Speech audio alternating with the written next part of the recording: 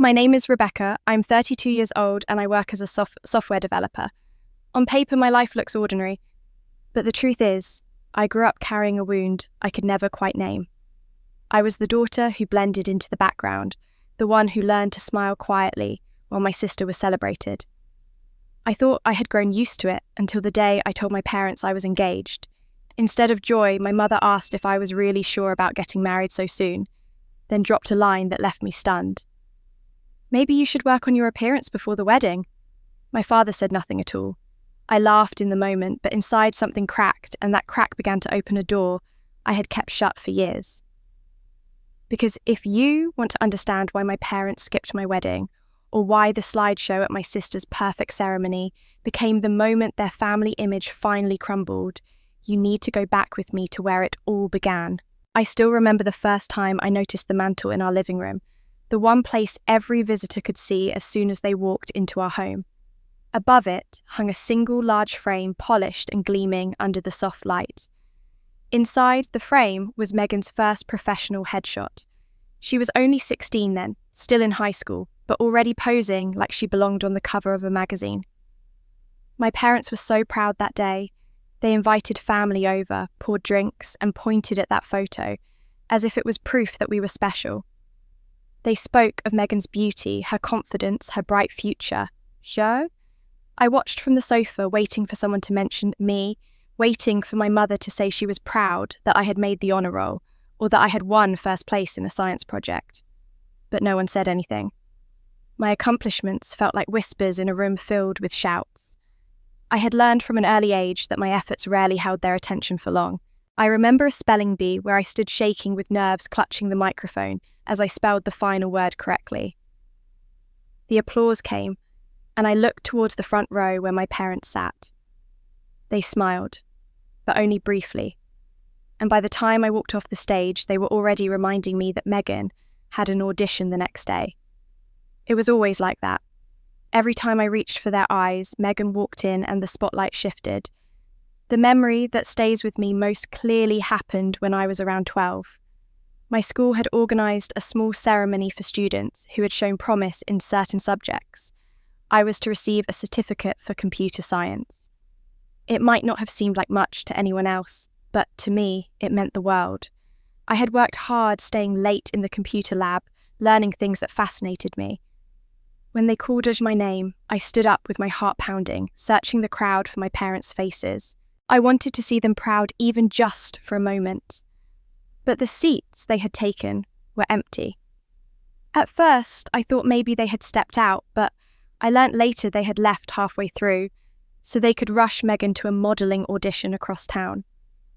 I still remember holding that certificate in my hand, forcing a smile, as my teacher congratulated me.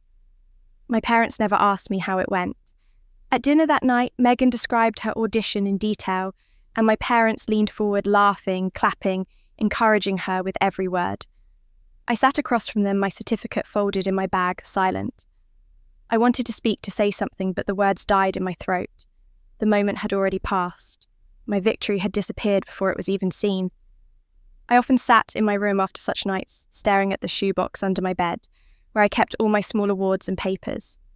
None of them were displayed in the house.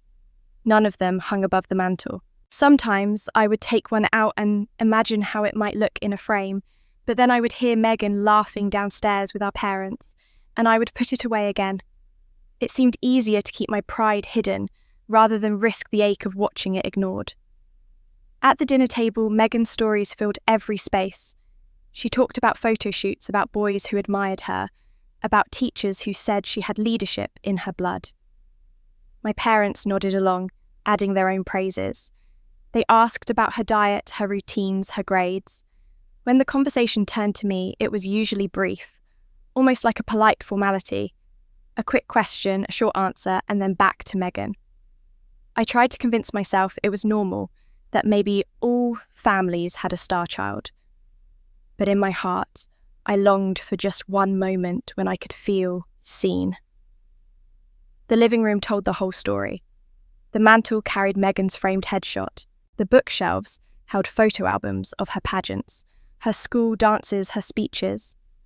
My pictures, if they existed at all, were scattered inside drawers or tucked into envelopes. The house was a museum, and I was not part of the exhibit.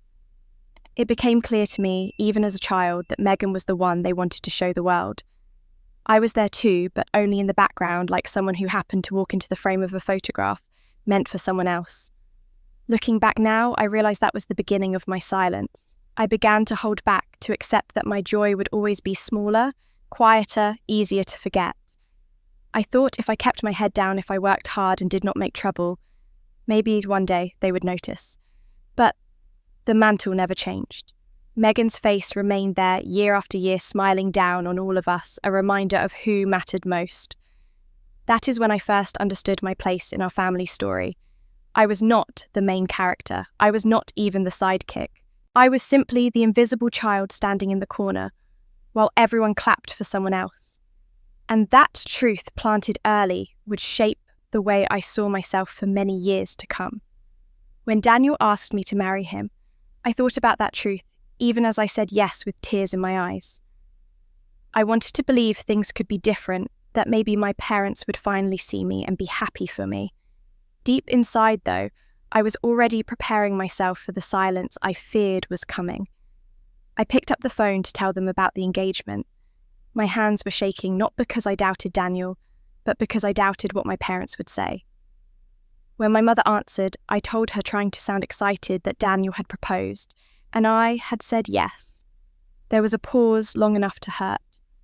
Then her voice came back flat, as if I had announced I was switching grocery stores. She asked if I was certain, and without even taking a breath, she suggested I might want to lose a little weight before the wedding.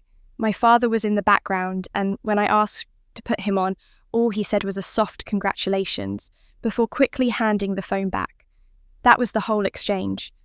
I hung up, staring at the screen, wondering how I had expected anything different.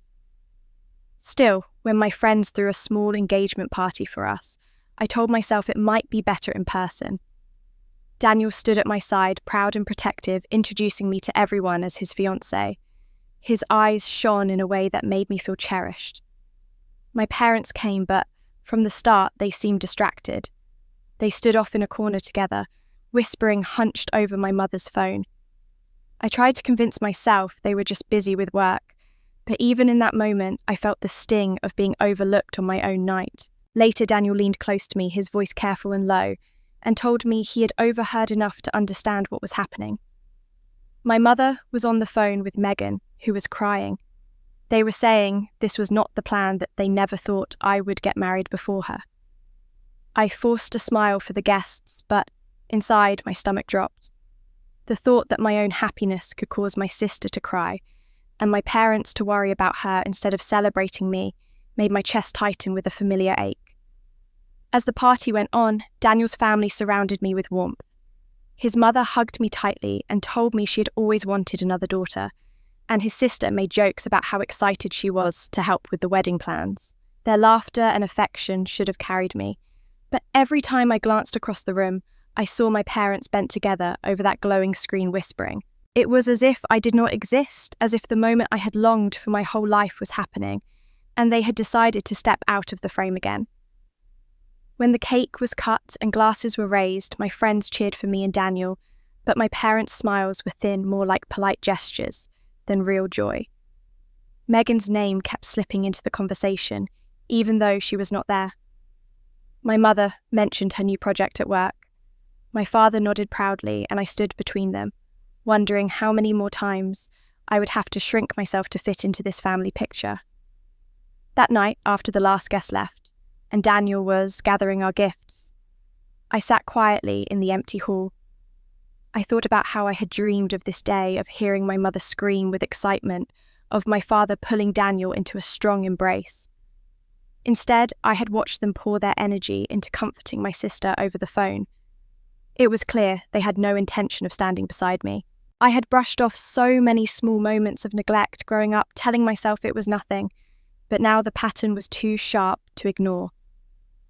Daniel sat down next to me, resting his hand on mine. He did not need to say anything. His silence was filled with understanding, and for the first time, I realised that even if my parents could not celebrate me, there were others who did. Still, the wound remained. The little girl who had looked up from a stage searching for her parents' faces was still inside me, hoping one day to find them smiling back. But they were already gone, chasing Megan's next audition, Megan's next triumph, Megan's next tear. Looking back, I know that night was the warning I tried not to see. My parents had no intention of supporting me, no desire to help me plan, no joy to share in my happiness. Their hearts were already given to Megan, and no matter what I did, that would not change. I smiled for the photos. I raised my glass for the toasts, but inside, I knew the truth. I had grown up invisible, and now, even in the brightest moment of my life, I was still unseen. That thought stayed with me in the weeks that followed, as Daniel and I began to plan the wedding. I told myself it might be different when it came to choosing the dress, because surely a mother would want to be part of that moment. Even after everything, a part of me still believed that she might show some excitement, or at least some tenderness when she saw me standing there in white. I asked her to come with me, and she agreed, though I could tell from her tone that it was more of an obligation than anything else. On the day we went, I remember the way the shop smelled of fabric and perfume, how soft the gowns felt as the assistant guided me toward the fitting rooms. I stepped into the first dress, then another, until I tried on a simple A-line gown with a soft waist and flowing skirt. I looked in the mirror and, for the first time, I could picture myself walking toward Daniel. I wanted to hold on to that feeling. I stepped out, smiling a little nervously, waiting for my mother's reaction. She looked me up and down, her arms crossed. After a long pause, she said, "It is practical for your figure." That was it. No joy, no laughter, no tears in her eyes. Just a flat judgment, like she was choosing curtains. I felt my throat tighten, but I swallowed the words I wanted to say. I stood there in front of her, pretending to adjust the dress, while inside I felt something collapse. I had dreamed of this day for so long, dreamed of my mother holding my hand and telling me how beautiful I looked, dreamed of her eyes lighting up with pride. Instead, I was left with a sentence that cut more than it comforted. The ride home was quiet. My mother filled the silence with talk of Megan's upcoming business trip, the important clients she was meeting, the dresses she might buy for her presentations. My own dress, the one I thought could mark a turning point, was barely mentioned. I turned my face to the window so she would not see the tears that threatened to spill. I told myself not to care, but the truth was that I cared deeply, maybe more than I should. That night I sat in bed, with the image of that dress still in my mind, the one that had made me feel like a bride, and I wondered if it mattered at all without my mother's approval. When I told Daniel about it, he listened carefully, his face full of quiet anger. He held my hand and said maybe we should take your mother out of this process. Maybe we should ask my mum to come with us instead. At first, I resisted. I felt guilty, as though I was betraying my mother by letting someone else fill her place. But Daniel was right. I could not go through this alone, and I needed someone beside me who cared. So the next week, I asked Evelyn if she would like to join me. Her eyes lit up immediately. She clapped her hands together and said she would be honoured. From the moment we walked into the shop, the mood was different. Evelyn touched the fabrics with wonder, asked the assistant thoughtful questions, and kept turning to me with a smile that told me she was truly excited. When I put on that same A-line gown again, I felt my breath catch. I stepped out half afraid to hope. Evelyn put her hand to her mouth and I saw tears well up in her eyes. She walked to me, clasped my hands and whispered, "You look beautiful. I can see the happiness in you." Those words, simple as they were, filled the empty space inside me that my mother had left untouched. In that moment, I felt what I had been searching for all along.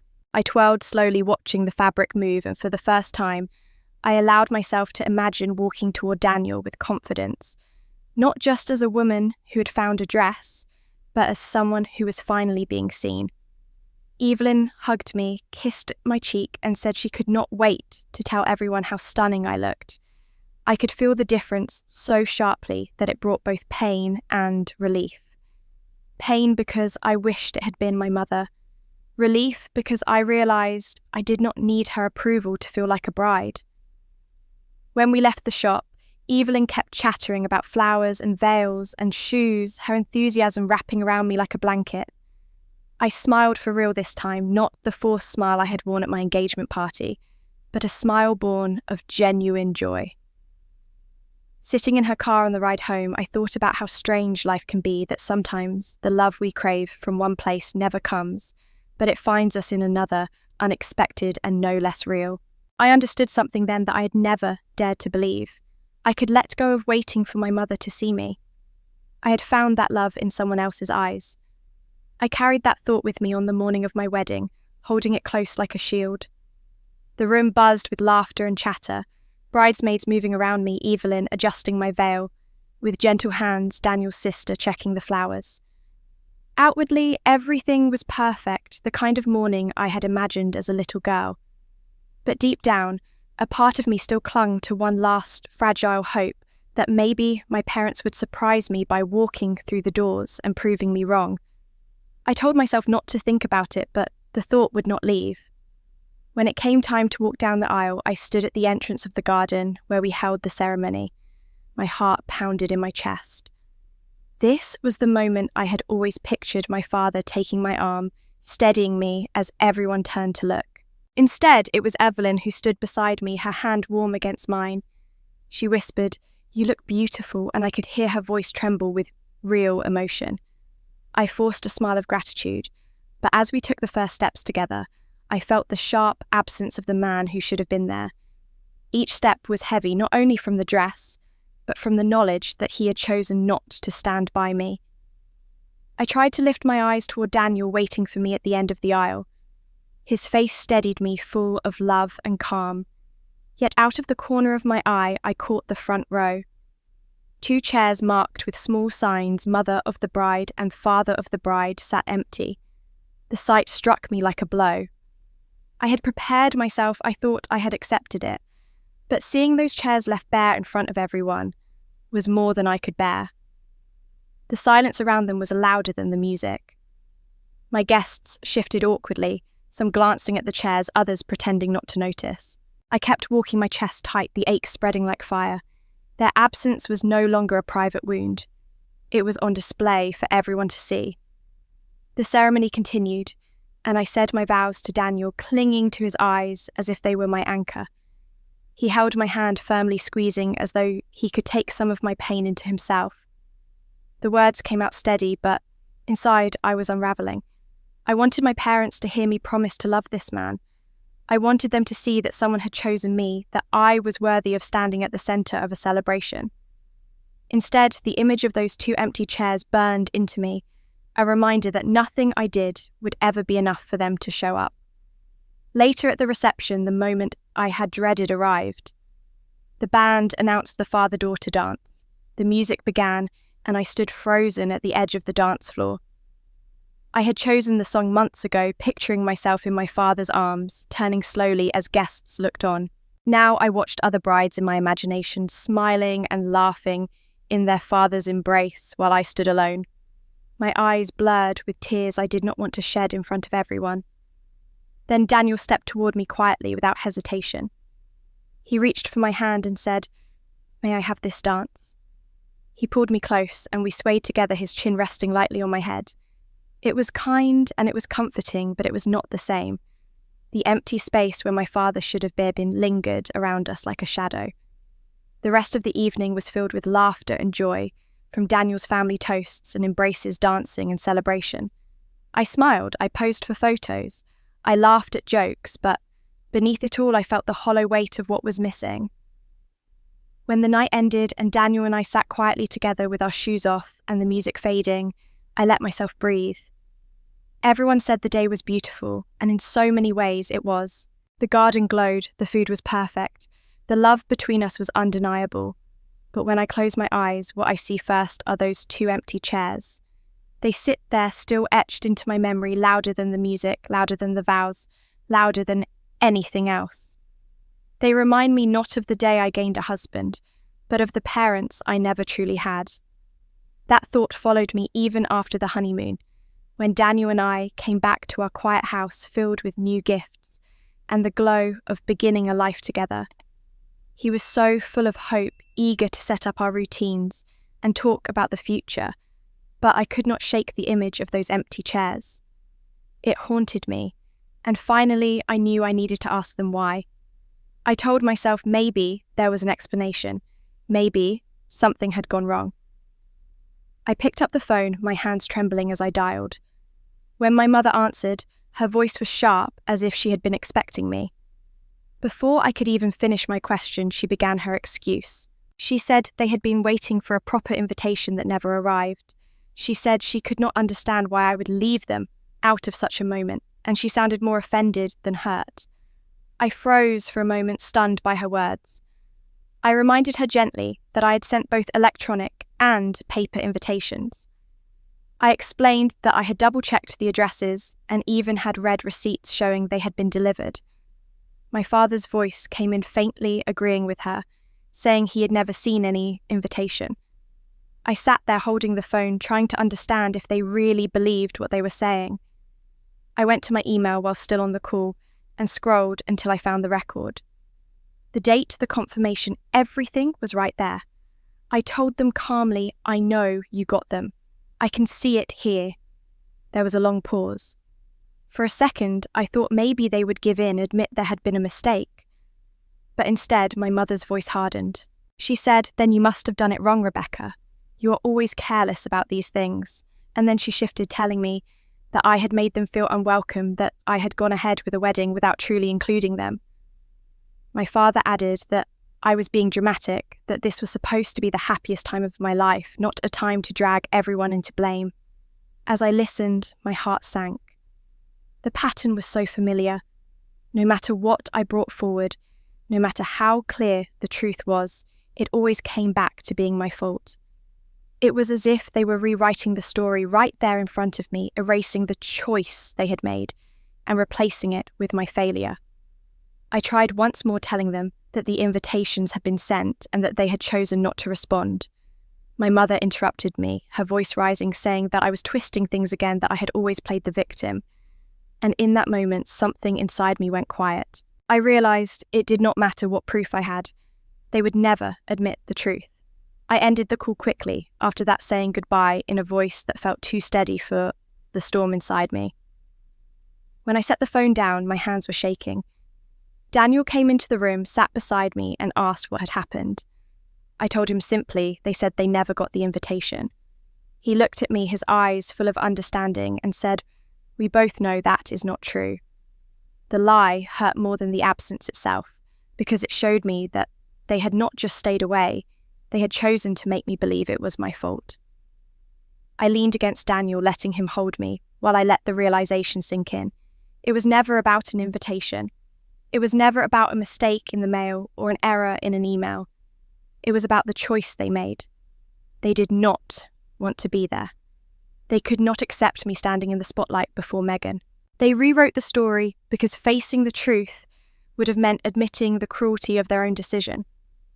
That night, I lay in bed staring at the ceiling, the darkness pressing around me, and I finally let the truth in.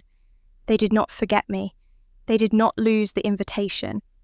They chose not to come. And no matter how painful it was, I had to stop pretending otherwise. For a few days after that realization, I tried to focus on my new life with Daniel, but the messages from my parents kept coming. Each one was another twist of the knife. They accused me of spreading lies, of turning the family against them, of being jealous of Megan's upcoming wedding. My mother's words dripped with the same sharp edge I had heard all my life, and my father's silence between her sentences only made it worse. I felt myself pulled back into the same old pattern, my heart racing, my throat tight. But this time, something was different. I had finally seen the truth, and I knew I could not stay quiet anymore. One evening, after reading yet another message accusing me of wanting to ruin Megan's happiness, I picked up the phone and called them. My voice shook at first, but I forced myself to speak.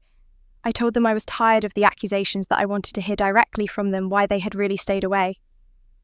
The line was quiet for a moment before my mother launched into her usual speech.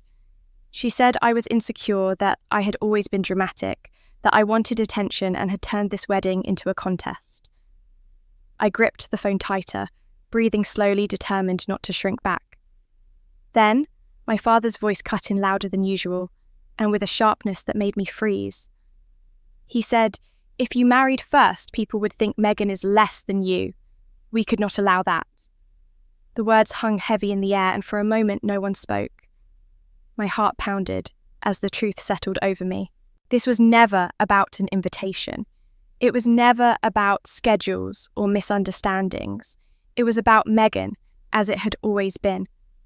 They could not bear the thought of me standing before her even for one moment, even on my own wedding day. Something inside me shifted then. For the first time in my life, I did not try to explain myself away or beg them to see me. Instead, I spoke with a steadiness that surprised even me. I said, "You are right. I am envious, but not of Megan's career, not of her looks, not of her success. I am envious of the love and support you gave her so freely, the love you never gave me." My voice did not crack. I did not apologize. I let the words stand solid and undeniable. My mother tried to respond, her tone rising as she claimed I was exaggerating, that they had always treated us equally. My father muttered that if I had felt this way for so long, I should have spoken up years ago. The old script played out just as it always had, their voices circling back to blame, rewriting the past, painting me as the problem. But this time, I did not bend under it. I listened, I breathed, and I finally understood that their denial was not proof of my weakness. It was proof of their refusal to change. I let them speak until their words became a dull noise in my ear. And then I said quietly, "You may never admit it, but I have finally admitted it to myself. You chose Megan again and again, and I am done pretending it was my fault." My mother tried to interrupt, but I did not wait. I hung up the phone, my hand steady as I set it down. For the first time in my life, I ended the conversation without guilt or apology. Daniel was waiting in the next room. He looked at me, searching my face, and asked how it went. I sat beside him, exhausted, but strangely lighter, and told him the truth. "They will never hear me," I said, but at last I heard myself. His hand closed over mine, and I felt a quiet strength settle in my chest. I was not invisible anymore. For the first time, I had stood up to my parents and spoken the truth out loud, and though it left me shaken, it also left me stronger. I felt a fragile sense of peace settle in those days afterward. Daniel and I began building our life together, setting up small routines, laughing about silly things, and even daring to talk about the future without the constant weight of my parents pressing down on me. I thought maybe the worst was behind me. But peace never lasted long where Megan was concerned. It began with a message not to me, but to Daniel. He showed me his phone one evening, his eyebrows raised. The text was from Megan, written in that polished tone she always used when she wanted to sound superior. She told Daniel that as my husband, he now had the responsibility to help me behave in a more reasonable way.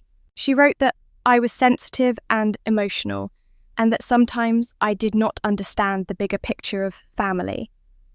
Then she slipped in a line about how important it was for him to stay on good terms with her and our parents, because having successful family connections could be beneficial for his future. My stomach turned as I read her words. It was like watching her high school games all over again, when she would whisper to my friends behind my back, trying to turn them against me. Different decade, same tactics.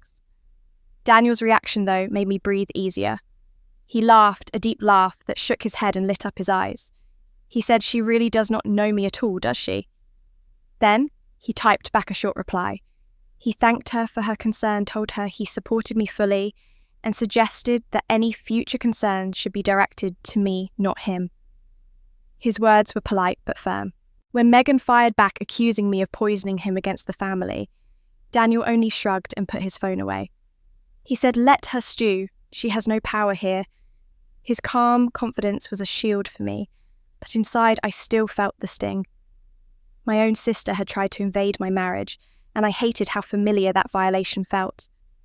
Just when I thought it might end there, another blow came from a cousin who pulled me aside at a family gathering. He told me quietly about Megan's latest plan for her wedding. She was preparing a grand slideshow, dozens of photos showing her life from childhood to now. It would be shown on a huge screen at the reception, a tribute to her journey. But not a single picture of me was included. Every shared birthday, every holiday, every family trip that had my face in it was cut. It was as if I had never existed. My cousin's voice faltered as he told me because even he thought it was cruel. I listened stunned at first, then a slow burn of anger rose in me. I realised this was not just about favouritism anymore. Megan was not content with being the star. She wanted me erased completely, as though acknowledging me would cast a shadow on her perfect image. I thought back to the mantel with her headshot above the fireplace, to the countless dinners where my news was brushed aside to the empty chairs at my wedding. All of it was part of the same story, but now she was writing me out of it entirely, before the eyes of the whole family. For a moment, the anger almost broke me. I felt my chest tighten, the old familiar voice whispering that maybe this was my fate to always be the forgotten one. But then another voice rose inside me, louder and steadier. It told me I saw her clearly now. Megan was not a flawless golden child. She was insecure, manipulative, and desperate to protect an image that was already cracking. For years, I had thought she simply received more love than me, that she shone brighter by nature. Now I understood she was actively shaping the story, cutting me out to make herself shine. She was not just the favourite. She was the architect of my erasure.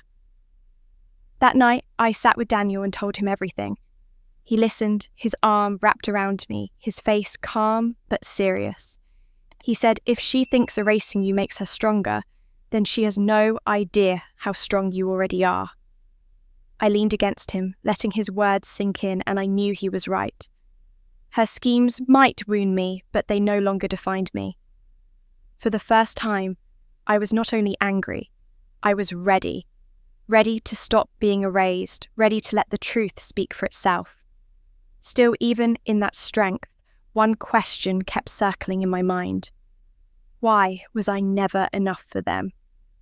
I had carried that question my whole life, turning it over in my head after every cold look, every dismissive comment, every empty chair. I had always assumed the answer was me, that I was too heavy, too quiet, too ordinary. I thought if I changed enough, worked hard enough, or smiled wide enough, maybe one day my mother would look at me the way she looked at Megan. But as much as I tried, that day never came. And now, after everything, I needed to know why. A week later, I drove to my parents' house. I told myself I was only there to collect a few boxes of childhood things I had left in the attic, but the truth was, I was restless, searching for something I could not name. The house was quiet when I stepped inside, the same smell of polish and faint perfume, the same mantle with Megan's photograph smiling down. I made my way upstairs and opened the old chest where my school papers were kept. I sifted through dusty binders and forgotten toys until my hand brushed against a small leather book tucked in the back of the drawer. It was plain, worn at the corners, and when I opened it, I recognised my mother's handwriting instantly. My heart began to race. At first I thought it was a list or a journal of daily events, but then I read a single line that froze me in place. It said, Rebecca was never the child I wanted. I read it again and again, my eyes blurring. The words were simple, but they cut deeper than any insult she had ever spoken out loud.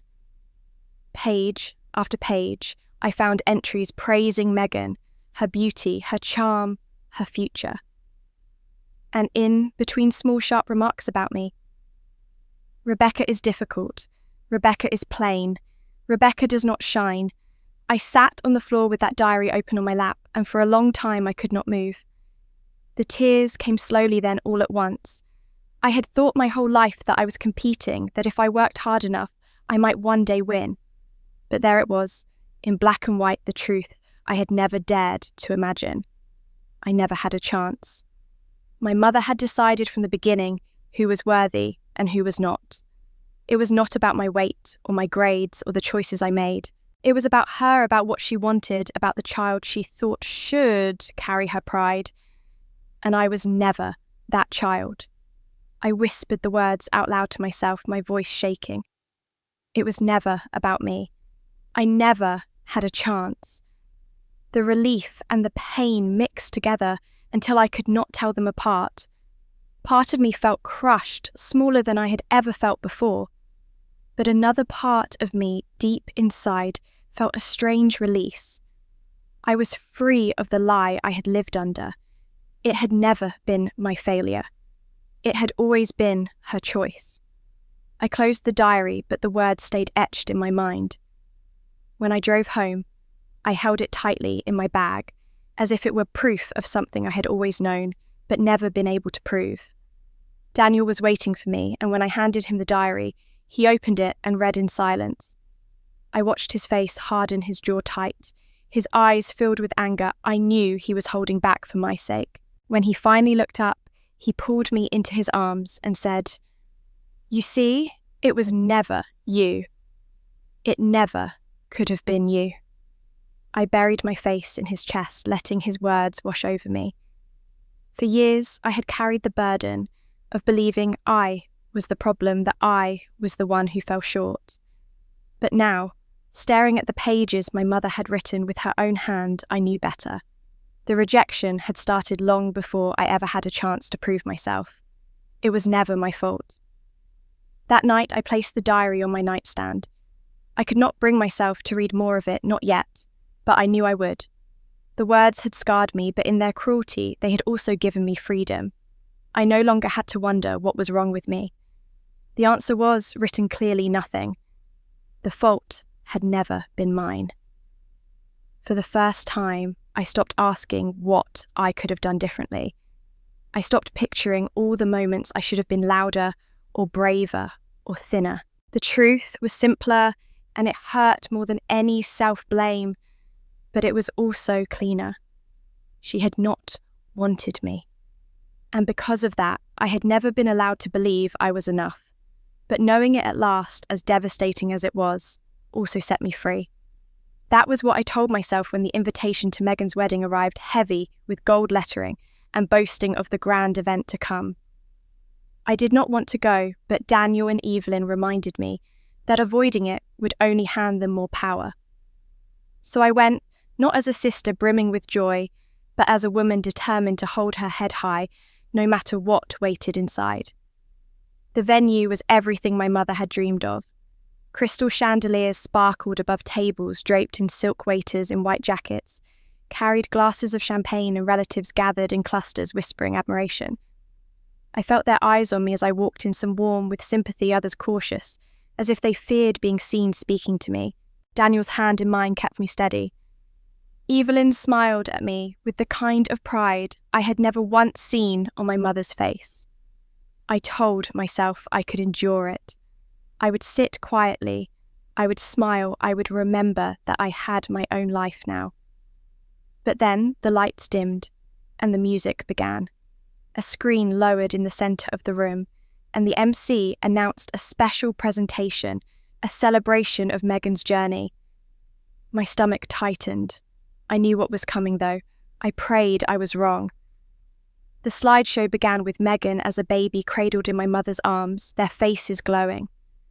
The guests clapped and cooed, then came photos of birthdays, school plays, vacations. I recognised every single moment because I had been there. I remembered standing next to her on that stage, blowing out candles, at that table, running across that beach. But in picture after picture, my face was missing. Cropped out, erased, as though I had never stood beside her at all. At first I thought maybe it was coincidence, but the pattern became clear. Megan's 12th birthday, the one where I had sat next to her, laughing, with icing on my chin, showed only her and the cake. Our family trip to the mountains, where I had proudly hiked to the top, showed only Megan and our parents smiling on the summit. Even Christmas mornings, when we had unwrapped gifts side by side, were presented with me cut away like I had never existed. A murmur rippled through the guests. People shifted in their seats, whispering. I sat frozen, my hands clenched so tightly in my lap that my nails dug into my skin. My face burned. My chest pounded. I felt stripped bare in front of the entire family, as if my erasure was not only personal but public, a statement to everyone watching that I did not belong. Daniel's hand found mine under the table, squeezing firmly, anchoring me to the moment. Evelyn slipped her arm around my shoulders, her warmth steady against the chill running through me. I could feel their support, but it could not erase the humiliation coursing through my body. I wanted to stand, to shout, to demand that everyone see the truth. But instead, I sat every muscle locked while the screen continued to shine, with images that rewrote the story of my childhood, as if I had never been there. The final slide appeared Megan, in her white gown, her arm around my parents, their faces glowing with pride. The guests applauded and the lights rose again. My parents smiled as if nothing cruel had just been done, as if the entire room had not seen their choice to erase me from the family history. I sat in silence, my jaw tight, my eyes stinging with tears. I refused to let fall in public. I thought I had already lost them. I thought I had already accepted that they would never give me their love. But that night, as I sat beneath the bright chandeliers, with every pair of eyes in the room darting between me and the screen, I realized they wanted more than my silence. They wanted my absence. They wanted a family story where I had never existed at all. I sat frozen in my chair, the sting of humiliation running through me as the lights came back up and guests clapped politely for the slideshow. My cheeks burned. I could feel the weight of every glance, some pitying, some embarrassed, some pretending not to see me at all. Daniel's hand gripped mine under the table, steady and firm, and Evelyn leaned toward me, whispering that I did not have to stay. I nodded faintly. I was ready to leave, to walk away before the night carved any deeper wounds. But then, I heard the sound of a chair scraping against the floor. Uncle James stood up. He was my father's brother, a quiet man who usually kept to himself at family events. He cleared his throat and the room fell silent. My parents turned to look at him, their smiles frozen. James spoke calmly, but his voice carried. He said he had something to share before the night went on. He gestured toward the technician at the back of the hall, and a moment later the screen flickered again. My heart pounded. I had no idea what he was about to do. And then I saw myself. The first picture filled the screen with my wedding day. Daniel and I stood together under the garden arch, laughter in our eyes, light spilling across our faces. I heard gasps ripple through the room. More photos followed. Me walking down the aisle, Evelyn holding my hand. Me and Daniel dancing, surrounded by smiling friends. Me, with Daniel's family, their arms wrapped tightly around me. All the moments my parents had refused to witness now shone before the entire room. The contrast was undeniable. My sister's slideshow had erased me, but here I was alive, real radiant in my own joy. Uncle James spoke again, his voice even but heavy with meaning. He said he had watched in silence too long, but after seeing Rebecca erased tonight, he could not stay quiet. He told everyone that weeks earlier my father had admitted something to him, that they had stayed away from my wedding not because of invitations or mistakes, but because, in my father's own words, if I married, first people would think Megan was less. His words echoed through the hall, louder than the music had been, louder than the applause. The silence that followed was like a crack spreading through glass. Relatives shifted in their seats, whispering, shaking their heads. Some looked at me with sorrow, others at my parents with anger. Megan fidgeted beside her new husband, her perfect smile gone stiff. My mother's face tightened, her eyes darting wildly, while my father sat rigid, his jaw clenched but unable to speak. The truth was out, spoken plainly, impossible to hide behind excuses. I felt every eye in the room turn to me, waiting for me to respond, to argue, to break down. But for the first time, I did not say a word. I sat tall, Daniel's hand in mine, Evelyn's arm around my shoulder, and I let The truth hung in the air. My whole life I had been forced to explain myself, to defend myself, to beg for understanding. But not this time. I did not need to. The pictures on the screen spoke for themselves. My uncle's words filled the silence they could not control. I watched as my parents and my sister sat exposed, the perfect image they had clung to crumbling in real time. For once, they were the ones shrinking under the weight of judgment, and I realized I felt something I had never known in their presence before. Relief. For once, I didn't need to fight. I didn't need to cry or shout or demand to be seen. The truth stood on its own, undeniable and plain, and for the first time, they were the ones left speechless. When Daniel and I walked out of the reception hall with Evelyn at our side, I felt the cool night air hit my face, like a wave of release. For years, I had imagined moments where I might finally say the right words, where my parents would see me and admit the truth. But in the end, it had not been my words that freed me. It had been the truth laid bare in front of everyone, undeniable and plain. For once, I had not needed to fight. The drive home was quiet. Daniel held my hand across the console, his thumb brushing gently back and forth as if to remind me he was there. Evelyn sat in the back, and every so often I caught her reflection in the mirror, her expression calm, protective, the way I had always wished my mother's face would look when she glanced at me. I did not feel triumphant. Not really. I felt tired, emptied, but lighter too. The battle I had been carrying since childhood had ended not in victory exactly, but in exposure. Later, after we dropped Evelyn at her home and pulled into our own driveway, Daniel and I sat for a long time on the porch. The house was quiet, the stars bright overhead, and for the first time in years my thoughts were not spinning with what I could do to earn my parents' love. Instead, I thought about the life in front of me, the one I was building with Daniel. I turned to him and said softly, "I have to tell you something. If we ever have children, I want them to be loved for who they are, not for what they do, not for being the best at something, or for looking a certain way. I do not ever want them to feel invisible the way I did." My voice shook as I said it, because saying it aloud made the weight of my childhood settle heavy on my chest again. But Daniel did not flinch. He looked straight at me, his eyes steady, and said I could not agree more. Our children will never have to earn our love.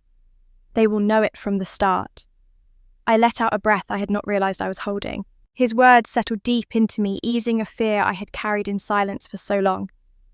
I had worried that the cycle might repeat, that I might one day treat a child of mine the way my mother had treated me.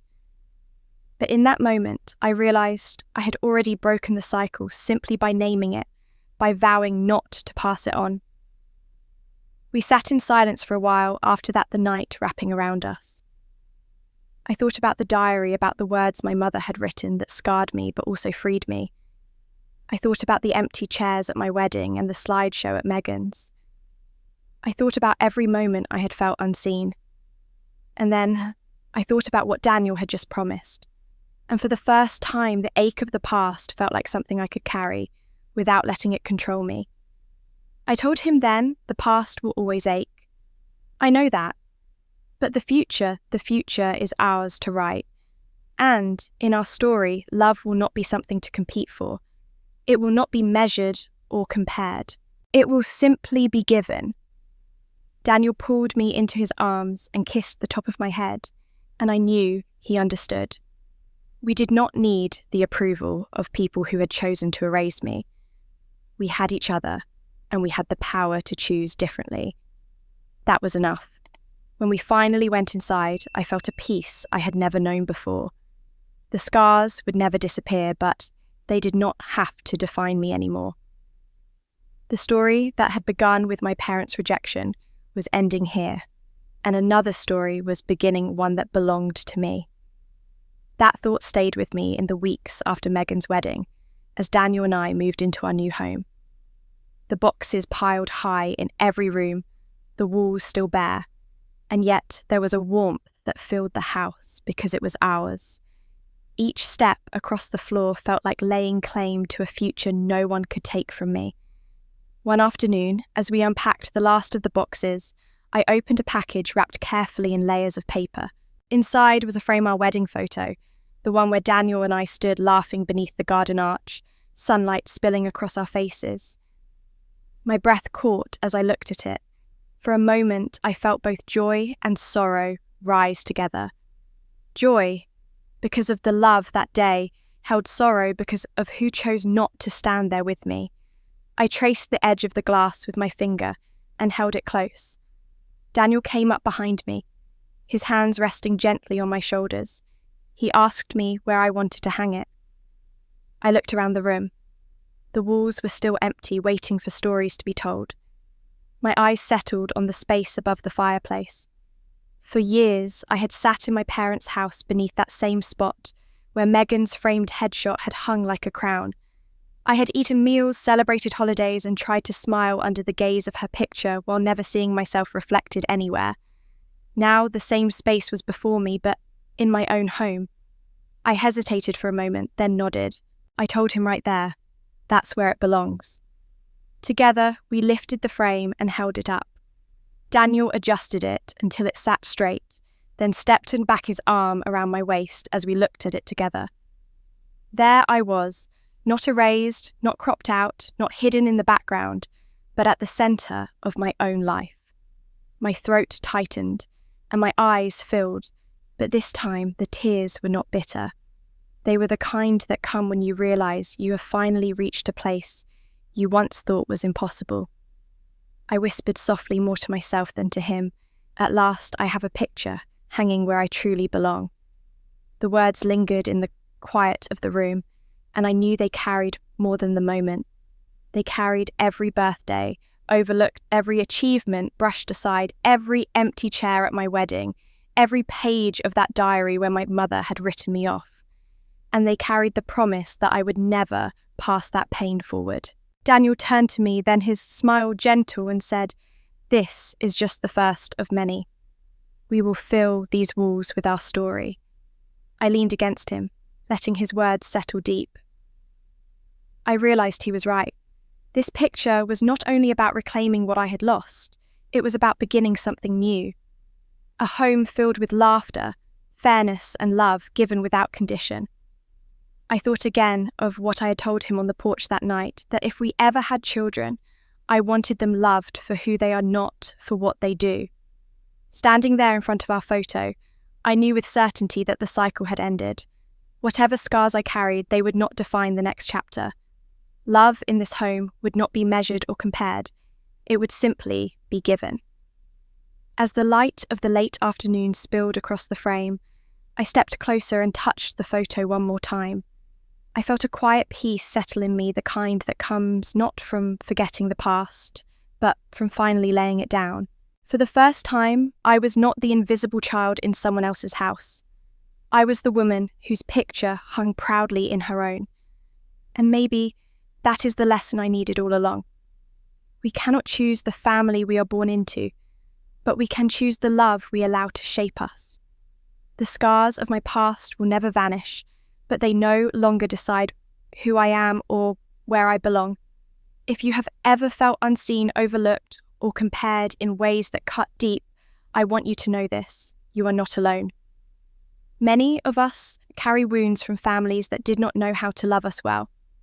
The healing comes slowly, and sometimes it begins with something small, like placing a photo on a wall or surrounding yourself with people who see your worth. Some find strength in therapy and journaling, in long walks where the mind can breathe. Others find it in quiet prayer, in chosen family, or in creating a home that feels safe. However it comes, it is possible. What matters most is remembering that your value does not depend on someone else's approval. You are enough just as you are. And like me, you can write a new story, one that honours your truth and gives love freely without conditions. Thank you for walking with me through mine. If these words touched your heart, I would love for you to stay connected. Subscribe so you will be here when the next story begins. Until then, take care of yourself and never forget you belong.